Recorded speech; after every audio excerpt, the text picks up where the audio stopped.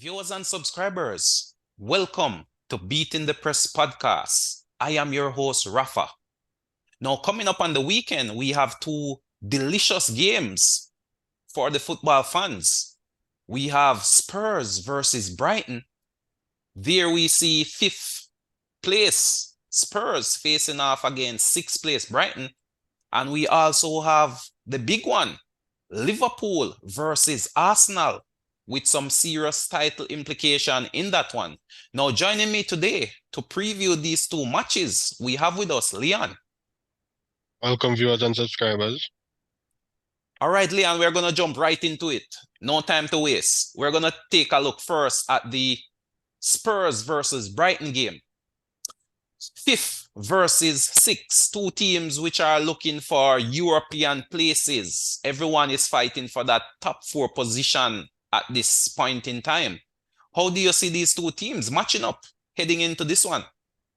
I think this is a these two teams are very different. I think one institution is a well run and firing on all cylinders, while as you can see with Tottenham, they're going through a bunch of things right now. No coach, no director of football. I think he got sanctioned the other day, so he had to give up his position. So I think Spurs, I'm not even sure what they'll come with because of the changes of course. But as we can see, Brighton is like fifth place or sixth place Sixth with place two matches in hand. less than Spurs, and they are 4 points behind. So even if Brighton win this, I think Brighton has been slowly going about their business very astutely, and I just think they are a very well-run institute, and Spurs are struggling at the moment. Yes, definitely. Both teams or both clubs seem to be heading in opposite directions. Spurs pretty much started the season very well under Conte, but since then they have gradually faded, while Brighton started well under Potter. Potter, of course, made a name for himself as Brighton, caught the attention of Chelsea, went to Chelsea. De Zerbi came in and everyone was wondering who is this guy.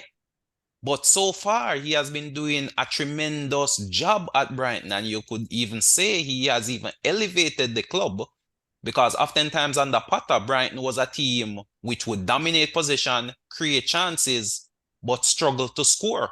Now we see Brighton really doing the same of dominating position, creating chances, but also now they are finding the back of the net. And obviously, their high position in the league table is testament to how well of a season they're having.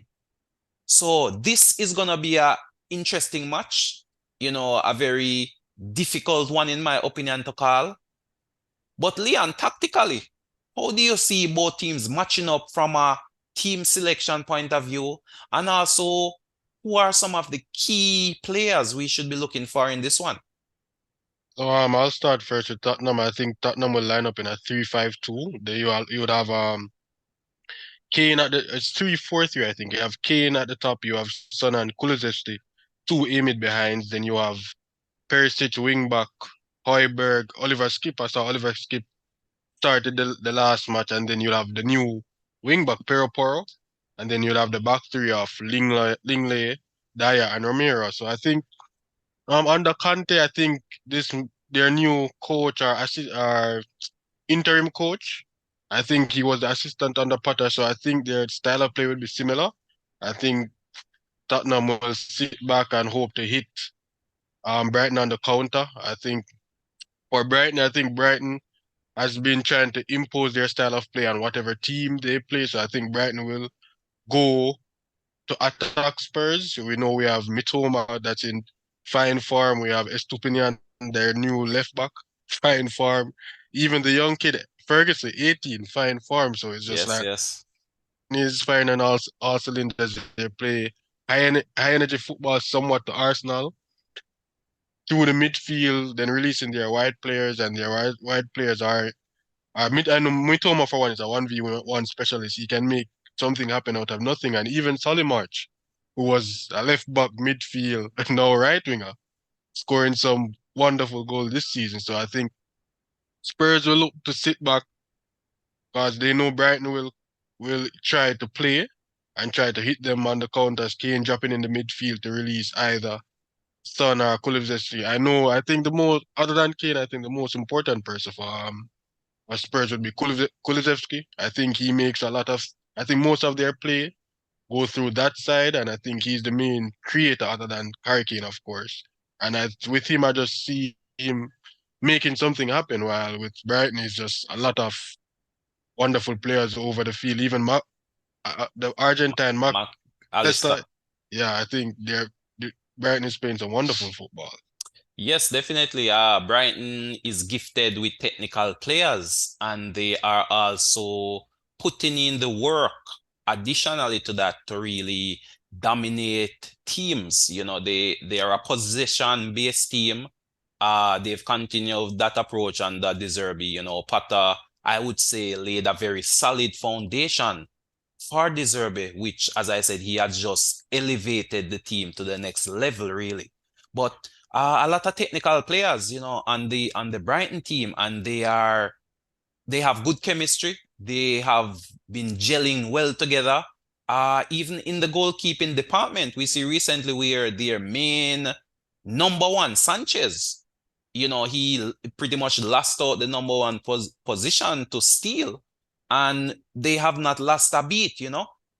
So it's two very interesting teams. Spurs, on the other hand, they've had mixed results in the last couple of games. Of course, their talisman Kane still continues to shine.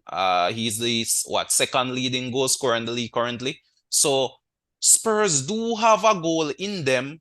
The question is, can they actually stand up to the Brighton attacks? Because defensively, they haven't been really good. They are conceding on a regular basis. And to me, that will be the question going into this game. Can their defense contain the Brighton attack and catch Brighton on the counter? Because I feel Brighton will go into this one looking again to dominate possession, to take the game to Spurs, and Spurs, in their usual style, will hope to sit back, absorb that pressure, and then hit Brighton on the counter. So it's almost as if, to me, it's going to be a cat and mouse game. One team dominating possession, and the other team looking to play on the counter, quick, fast breaks, and hoping to catch out Brighton. But in terms of the results, Leon, how do you see this one playing out? And how do you see the results at the end of the game? I think I'm gonna go out on a limb here. I think Brighton will win this one. I think it will be as you said, I think Spurs do have a goal in them. I think Harry Kane is having a wonderful season. It's just because Haaland has been that good, why you don't really hear nothing about Harry Kane. I think That's Harry true. Kane has been wonderful this season. So I think they will score, but I think Brighton will just have too much for them. I think the style of play that Brighton plays. I think I was watching their match even the other day where some of their passes they're not even looking. They just know that the player will be there. So talking about that chemistry, as you speak of, I just think they will have too much quality, especially in the midfield area and the forward area for Spurs. I think they're drawn their last two, while Brighton hasn't is undefeated in their last five. So their form is like opposite end of a spectrum. So I think that Opposite. the result will be a 2-1 or a 3-1 in favor of Brighton. Mm, yes, definitely. Well, Spurs is definitely playing at home. I do think that, the Spurs fans will not allow the team to rest on their laurels, to be honest. So I think the fans will drive that team on to a large extent, and give them that energy, playing at home. But this one is a tough one, to be honest. It's a tough one to call. My mind is also telling me that Brighton will also get something out of this game. But on the other hand, I am still not ruling Spurs out because, as I mentioned, I believe they do have enough talent to score. Brighton doesn't usually have an airtight defense, so to speak. So, they oftentimes concede a goal here or there. But on the back of form, I am going to have to side with Brighton on this one. So I'm going to go 2-1 in Brighton's favor. But that's the first game on the agenda. The next one is the big one. Liverpool versus Arsenal. How do you see this one, Leon? I think it's similar to the Brighton and Tottenham, two teams at the opposite end of the spectrum. I think Arsenal, Liverpool. I think who's at home? Is it Liverpool at home? Liverpool is at home for this one. I think that's the only thing Liverpool really has going for them is that it's at Anfield, and we know as Man United found out, Anfield can give Liverpool a result. But I think Liverpool need to show something in this one, a response for Klopp. So I think Klopp will be coaching his players very astutely for this one. I think it's one more week for Luis Diaz, so he should Mm, be probably fit enough not to maybe to start, make the but bench. to make the bench. So that's a key figure for them. While with Arsenal is playing before Man City. I think no, I think Man City is playing before Arsenal this week around. So if Man City get a result from Southampton, pressure would be on Arsenal to keep that gap going. So maybe they'll face a little pressure, but Arsenal in the recent weeks have been answering and playing well. So I think it will be a very interesting match coming up. I agree with you to a large extent, especially in terms of your point regarding Liverpool playing at home. As you mentioned, I think that's the only driving force for Liverpool right now. It's just playing in front of their home crowd and that pride and that fashion that you get from Anfield won't allow them to drop their heads, so to speak. They'll be going out there looking pretty much to defend their home turf, and the fans will be driving them on. So, in reality, to be honest, at this point in Liverpool season, Liverpool being totally hot and cold all season, they have become rather unpredictable. 1 minute they're dismissing Manchester United 7-0, and on the flip side, they're losing to Bournemouth. So it's very inconsistent a team thus far this season, and I'm betting this inconsistency will carry right through the remainder of the season. As you mentioned, a few attacking players, coming back from injuries. We saw also we're in the last game where Liverpool faced off with Chelsea that Klopp pretty much rotated the entire team, or to a large extent, I believe the only survivor from that game was Alisson, who played in those two fixtures. So Klopp is trying to find a consistent lineup, a lineup that will give him some energy, some pride, some means of scoring and winning. But that formula seemed to be very hard to come by this season. And I tend to believe that the pressure is now beginning to toll on Klopp. So I think Klopp needs a result for this one, as much as Arsenal is looking to consolidate their position at the top of the table. So it's definitely going to be an interesting game. I don't think it's going to be a walkover. I don't think it's going to be a gimme, in that Liverpool doesn't really have anything playing for except pride. But I think Klopp's job at this point must be coming into question. We see where Potter from Chelsea was recently fired. And, Chelsea and Liverpool are very close. Or what? 3 or 4 points separate them. So at some point, when does Klopp jobs come under threat? What say you, Leon?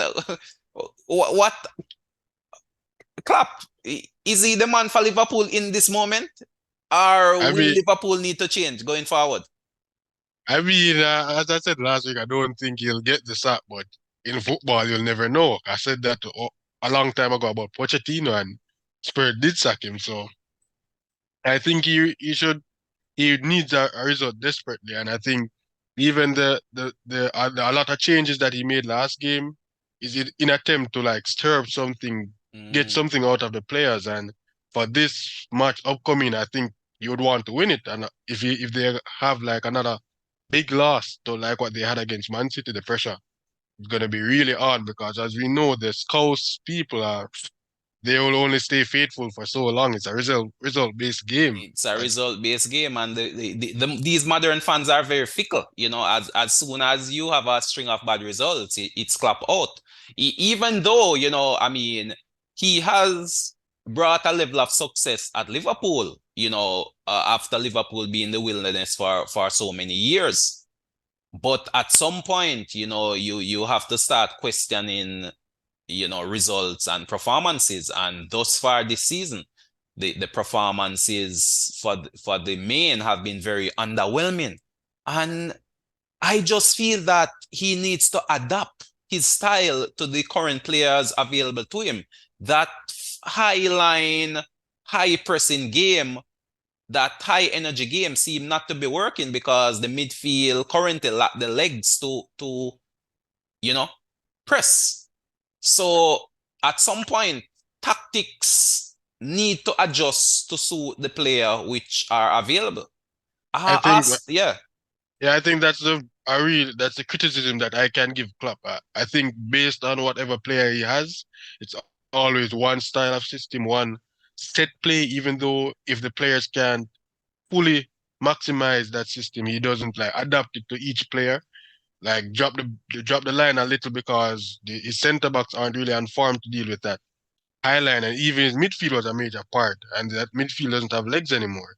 So I think he's very stubborn. I'm not sure if it's stubbornness or if he can't do it, but as a manager at club level, I think he's able to adapt if he should. I just think that is his stubbornness, and he's just willing to die by his sword, I guess. yes, but I mean, as a coach, to be honest, you have to live or die by your decisions and your philosophy. So I don't necessarily question the philosophy. I just question the adaptability. We see, to me, the difference between Klopp and, let's say, a coach like Guardiola is that Guardiola is constantly evolving his tactics and his philosophy, while Klopp seemed to be a bit more static, in terms, or as you say, a bit more stubborn for change. So it's going to be definitely an interesting match. From an Arsenal point of view, Arsenal continue to roll, an informed team. Uh, Gabriel Jesus is now back and scoring, is as if he just slapped right back into the team. So we know what to expect from Arsenal. They have been one of the most consistent teams throughout the entire season, both results wise as well as, I would say, player selection. Arteta is not really known much for rotations. So we're expecting a similar Arsenal. The question is, which Liverpool will turn up on the day? That is the question. Which For Liverpool will turn up? Will it be a hot one or a cold one at Anfield?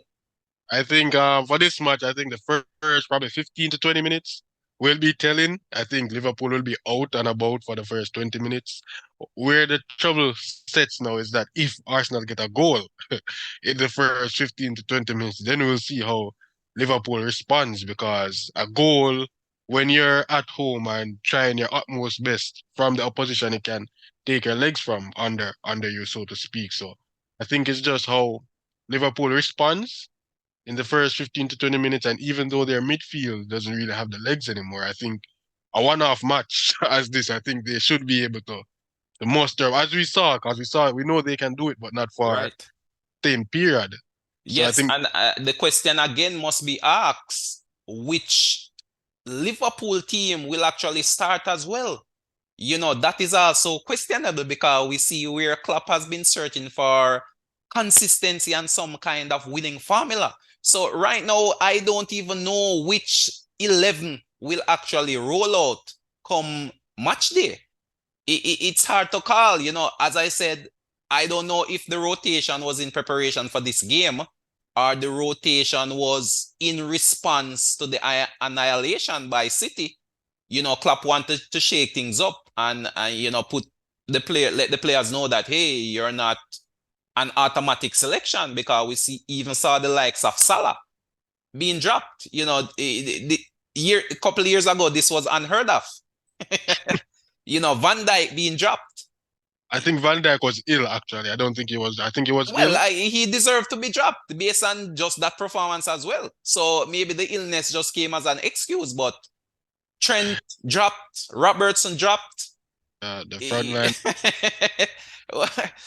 So it's hard to tell right now which Liverpool will be selected. I mean, by now we know the Arsenal 11. Yeah, They have a settled 11, a settled back four, a settled midfield three, a settled attacking three right there. So I don't see Arteta coming with any changes. I think he will just stick to the winning formula, the formula which has been working. Ben Blanco, Gabriel, Saliba, Saliba is back. Zinchenko. Oh, Yeah, oh, Saliba is out injured still. I think he'll So be in and Holding will be playing in his stead. yeah, and I think Saka was on the bench last match. I think Right, Saka was being rested because he had a lot of minutes during that international break, so he should be fresh for this game. yeah, Odegaard, the midfield three of Odegaard, Xhaka, Partey, and of course up front you mentioned Saka, Jesus, and Martinelli. So we know the Arsenal 11. We know they're fit, we know they're ready, we know they're consistent, good chemistry, excellent results, consistency. We know what Arsenal is bringing. The question is, can Liverpool produce a performance and upset the apple cart? That is the question. for this match, I think Klopp will. I think for this match, I think Klopp will go with his tried and tested. I think you'll see Robertson coming back. You'll see Salah. I'm not sure if Van Dijk is back, but you should see a Van Dijk and probably Matip. The only probably where I would tweak it would be like Gomez for Trent, but I'm not sure if Klopp would go that way because it's probably it's the main thing in a tactical session is how to exploit Trent, Mm. and I think we saw him drop the last match, so I think and Gomez didn't play that badly, but we know that when Gomez probably might have a nightmare. It's a very bad nightmare against Napoli, for example. So I think Salah will come back in. I think Jota played well. I'll keep Jota in, and I'll probably start Darren Nunes to like just keep that space wide for because we know that Zivchenko will drift. So you'll probably look to capitalize on his wing by keeping that attacker wide and just trying to close down Odegaard and Partey and stop them from keeping possession or dictating the game per se. Yes, it's gonna be an interesting tactical battle, to be honest. And I'm trying to get into Klopp's mind, and my instincts are telling me the attacking three will be selected for tactical reasons rather than attacking prowess, I believe. I think Klopp wants to select players who can actually carry out effectively tactical instructions, especially while defending. So, as you mentioned, Salah should be back. It would be a shock if he's not back, to be honest. However, rumors have circulated that he wasn't at training sometime this week. So that's an interesting story there. Mind game. As you said, Jota has been coming into form somewhat. So I think Jota might get the nod. And I think tactically, Gakpo is one of the brighter sparks. He's full of running, full of energy. He can drop deep and link up the play as well. So I do feel that might very well be the front three, a front three of Gakpo, Jota, and Salah. And then, of course, you might have a Nunes who is on the bench and maybe summoned later on, depending on how the game is unfolding. Again, it's very difficult to tell you the combination in midfield. The combination just have not been working for Liverpool all season. There's no consistency, Oh, no. and the results have been telling. So it's hard to say who is gonna start. But I believe he's gonna go Henderson, Fabinho. Ah, I don't know. Elliot, Chances are one of the youngsters. I would possibly go Elliot. yeah. Yes, I would say Fabinho, Henderson, Elliot. Uh, and of course, you said he might resort to the tried and tested but faulty back four. You know, Trent on the right. I think Kanate and Matip. To be honest, I would drop Van Dijk. I would personally drop Van Dijk and send a clear message, to be honest with you. Because Van Dijk has just not been playing well. Sometimes his approach is very casual. His positioning, just his off the ball movement, running.